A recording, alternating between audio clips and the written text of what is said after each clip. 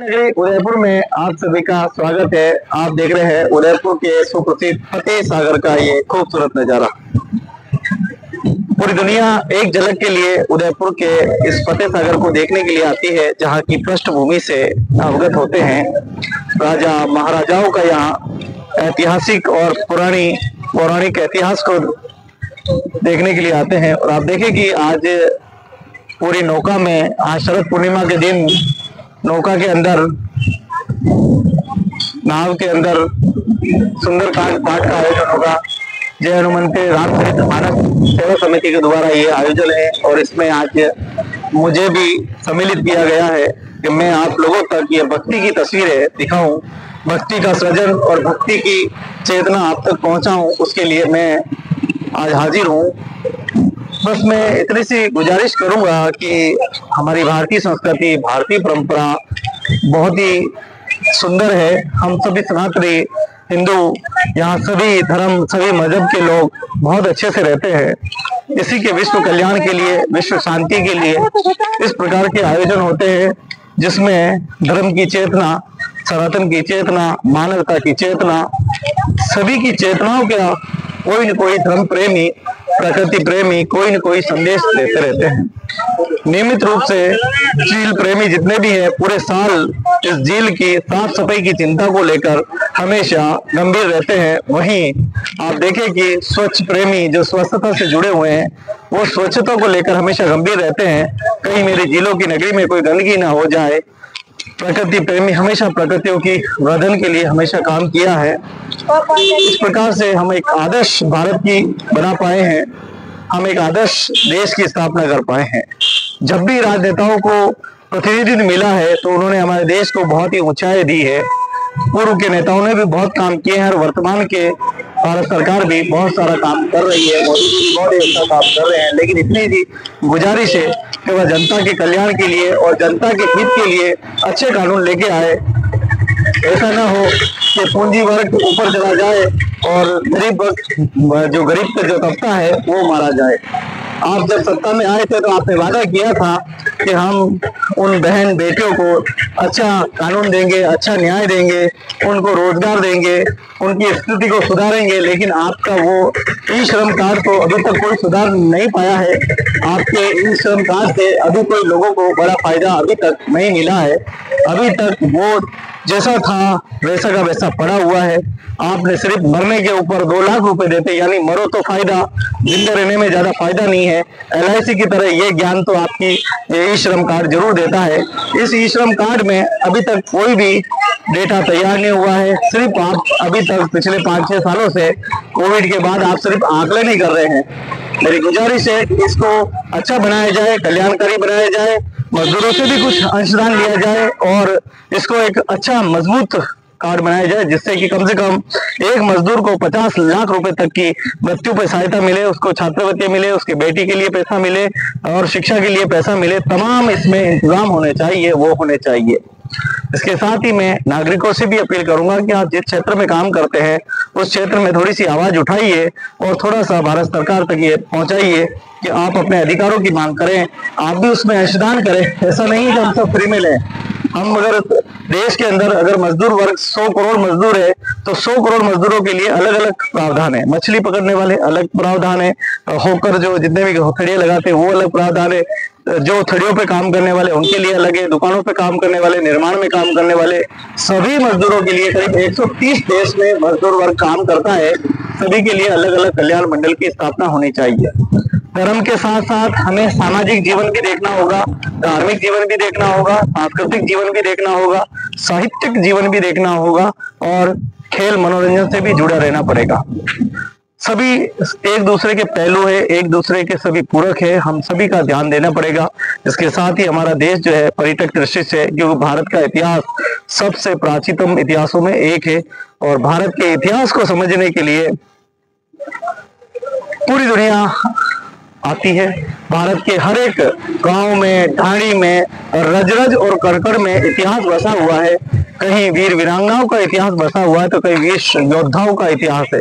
इसी इतिहास को देखने के लिए लोग भारत में आते हैं और इस भारत की पृष्ठभूमि से अवगत होते हैं। उसी में है हमारा मेवाड़, जो कि प्राण जाए तो पर वचन न जाए। वीर शिरोमणि महाराणा प्रताप की ये धरती, जो कि अलग अलग राजाओं ने किस प्रकार से यहाँ काम किया, किस प्रकार से विकास के कार्य किए। आपको बता दें कि कल जब मैं गया था, विश्वविख्यात झील जो कि राजसमंद की झील है, मेवाड़ की वह पहली झील है, पहला डैम कह सकते हैं, इतना मजबूत और सशक्त है कि वह आज भी 370 साल बीतने के बाद भी मजबूती के साथ खड़ा है। और ये वर्ष 2017 में फुल हुआ, 2023 में हुआ और अब 2025 में हुआ। आपके इंजीनियर जो डैम बना रहे हैं वो पल भर में फूट जाते हैं, लेकिन वो झीलें जो बनाई गई वो मास्टर प्लानिंग के साथ बनाई गई, जो आज भी बड़े से बड़ा बम अटैक भी हो जाए तो झील के कुछ नहीं हो। आज भी पुराने जमाने में की तकनीक को लोगों को समझना होगा। गेट का क्या भरोसा, कब टूट जाए। गेट के आगे गेट, गेट के आगे गेट, कई गेट होने चाहिए जिससे कि पानी पर नियंत्रण और कंट्रोल किया जा सके। इस तरह से पद्धति को भी जो है करना पड़ेगा, तब जाके कहीं एक सुरक्षित माहौल बन सकता है। तो झीलों की नगरी उदयपुर से गोविंदा रोड में हमेशा इस प्रकार प्यार भरी तस्वीरें मैं दिखाता रहता हूँ। देखिए कितनी मनमोहक तस्वीरें हैं। यहाँ लोग आते हैं, बड़े प्रसन्न होते हैं, अलग अलग हमारे देश से भी आते हैं और अन्य देशों से भी आते हैं, सब आनंद लेते हैं। कुल मिलाकर झीलों की नगरी एक ऐसा शहर है जहाँ का प्राचीन इतिहास है, प्राचीन यहाँ की बोलियां हैं। मेवाड़ी जो भाषा है वो बड़ी मीठी भाषा है, इसीलिए लोग यहाँ खूब आनंद लेने के लिए आते हैं, खूब एंजॉय भी करते हैं। और मेवाड़ी लोग बड़े सीधे साधे होते हैं। मैं गुजारिश उन लोगों से भी करूंगा, अधिकारियों से जिनकी ड्यूटी यहाँ लगी हुई है, चाहे वो जयपुर के रहने वाले हो या देश के किसी भी कोने के रहने वाले हो, आप अपने कर्तव्यों को निभाइए। आपकी जिम्मेदारी है कि आप इस शहर में हैं, भ्रष्टाचार करेंगे और भ्रष्टाचार से आप याद रखिए, दौलत तो खूब कमा लेंगे लेकिन वो नहीं कमा पाएंगे जिसके लिए आपका जन्म हुआ है। हो सकता है आपके पास कार होगी, बंगला होगा, बहुत सारी जमीनें होगी, बहुत दौलतमंद होंगे, लेकिन विश्वास आप कभी जीत नहीं पाएंगे लोगों का। आप यहाँ ड्यूटी मिली है तो आप थोड़ा लोगों का विश्वास जीतिए, ऐसा काम करिए जो दिनेश सेनन साहब ने किया था, हमारे आदरणीय कलेक्टर साहब आशुतोष पेडनेकर जी ने किया था। जिस प्रकार से उन्होंने उदयपुर में विकास किए, जिस प्रकार से अपराध को दिनेश सेनन साहब ने मुक्त किया, आज भी उनको लोग याद करते हैं। ऐसे कई कलेक्टर और कई एसपी हुए हैं, कई अच्छे प्रशासनिक अधिकारी।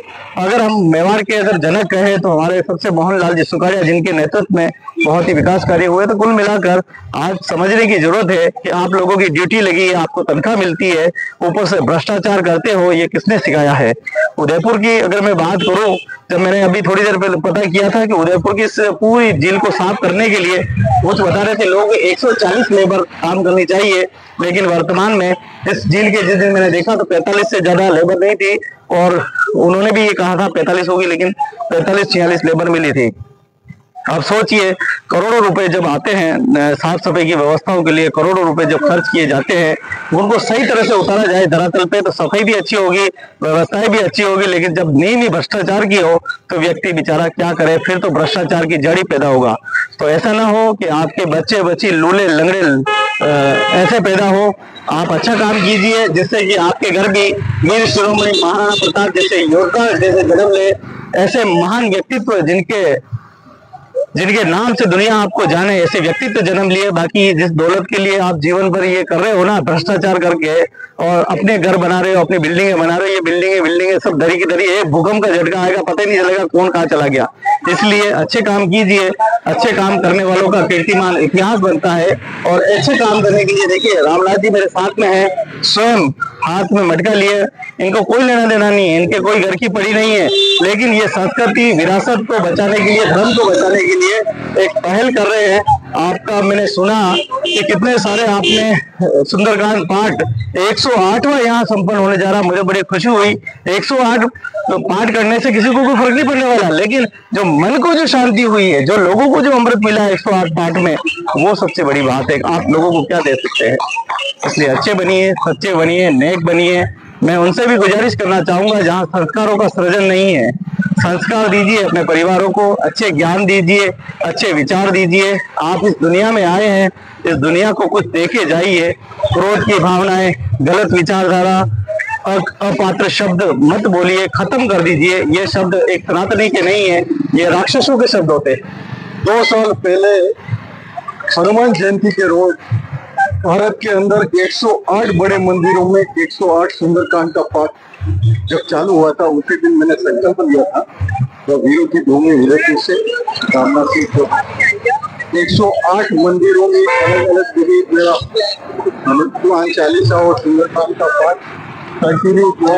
आज मेरा अंतिम सुंदरकांड का पाठ फतेहसागर का फतेश्वर महादेव मंदिर के सामने हनुमान चालीसा और सुंदरकांड का पाठ जोता अभियान के अंदर यह पाठ और 10 साल के बाद हमारे सत्यनारायण जी वैष्णव जो हमेशा करते आ रहे हैं यहाँ पे सुंदरकांड का पाठ, उनका 19वां साल है और बड़ी खुशी की बात है। मुझे सौभाग्य मिला है इस कार्य को करने के लिए। मैं देवाल के सभी वासियों को कहना चाहता हूँ तो वो चाहे दिल से शाम को पधारे, आरती में पधारे, सुंदरकांड का पाठ का आनंद ले। प्रसाद वितरित किया जाएगा, सागर आरती होगी। आप सभी का तहे दिल से स्वागत, अभिनंदन, वंदन। जय श्री राम। बहुत बहुत धन्यवाद रामनाथ सिंह जी। यहाँ देखिए कितना रोजगार करते हैं, सब घोड़े वाले हैं, ऊंट वाले हैं, सभी रोजगार का भी यहाँ मुख्य संसाधन है। लोग आते हैं, घुमाते हैं, लेकिन नए नए अधिकारी आते हैं, नए नई बातें होती है, नए नए विचार करते हैं, नए नए कानून पारित कर देते हैं, जिससे कि भारत की ये भूमि है जहाँ हर व्यक्ति को कमाकर मान सम्मान के साथ खाने पीने का अधिकार है। वैसे ऐसे रावण हत्या चलाने वाले मेरे भाई है और बहुत ही हम सब साथ में रहते हैं, परिवार की तरह रहते हैं, यहाँ कोई भेदभाव नहीं है। इसीलिए कहते हैं कि मजहब नहीं सिखाता आपस में बैर करना, हिंदी हम वतन के हिंदुस्तान हमारा। तो भांति भांति की कला, भांति भांति के लोग, भांति भांति की परंपराएं हमारे यहाँ है, उनको और अच्छा बनाए, सच्चा बनाए, यही हमारी प्रेरणा रहती है। देखो ऊर्जा काले कावा तेरे, आज भी ये गाना प्रसिद्ध हो गया, मुझे लगता है ये गाना ही अमर हो गया। तो आज काफी अच्छा कार्यक्रम आज फतेहसागर झील पे होने वाला है। तो मुझे शायद मैं एक बड़ा भाग्यशाली हूँ कि मुझे इस प्रकार से आयोजन में भाग लेना और इतने बड़े संतों, महंतों, साधु सन्यासियों का आशीर्वाद, पता नहीं मेरे कोई पूर्व जन्म के कोई ऐसे रहे होंगे। मैं धन्यवाद ज्ञापित करता हूं और माताओं से निखास करके निवेदन करता हूं कि अपने परिवार को संस्कारित बनाइए, क्रोध की भावना त्याग कर, अहंकार की भावना त्याग कर मानवता की तरफ बढ़िए, अच्छे बनिए, सच्चे बनिए, नेक बनिए और इस भारत के सर्वांगीण विकास और अपने परिवार के सर्वांगीण विकास में हाथ बटाइए, सहयोग कीजिए। देखिए कितने लोग हमारे इस देश को, हमारी मातृभूमि को देखने के लिए आते हैं। बाहर से देखो इतनी गाड़ियां आ जाती है।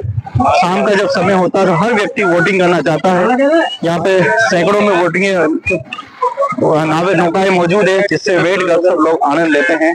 तो मेरी कुछ कड़वी बातें भी है, कुछ अच्छी बातें भी है। जैसी चाहे आप ले सकते हैं, जैसा चाहे जीवन में परिवर्तन कर सकते हैं। बस गुजारिश उन भ्रष्ट अधिकारियों से निवेदन करता हूं कि बस अपने आप को संभाल लीजिए, सुधार लीजिए, वरना एक दिन विधि आपको बिल्कुल नहीं छोड़ेगी। दौलत और शोहरत तो आपके पास बहुत होगी, लेकिन आपके पास कभी भी मान सम्मान आपके पास कभी नहीं होगा। आप हमेशा एक अधिकारी की तरह जिए हैं, रोड पे आपको कोई चाय का तक नहीं पूछेगा। आप जीते जी भी भले ही सेवा की है, लेकिन आप भले प्रशासनिक अधिकारी रहे कितने भी बड़े, लेकिन एक दिन आपको रोड पे राम राम करने वाला और जय श्री राम करने वाला, नमस्ते करने वाला भी कोई नहीं मिलेगा। समय रहते संभल जाइए, सवर जाइए, अच्छे काम कीजिए। इस उदयपुर को नहीं, इस भारत को भी विश्व गुरु बनाने के लिए संकल्प लीजिए कि मैं न भ्रष्टाचार करूंगा, न करने दूंगा।